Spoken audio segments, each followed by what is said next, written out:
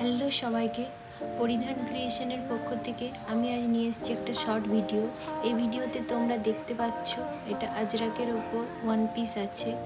এগুলো 38 থেকে 48 সাইজ অবধি অ্যাভেলেবেল আছে। এগুলোর প্রতিটার দাম পড়বে 450, 450। অল ইন্ডিয়া ডেলিভারি অ্যাভেলেবেল আছে, কিন্তু সিওডির কোনো ফেসিলিটি নেই।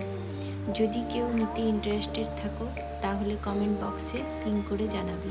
Thank you.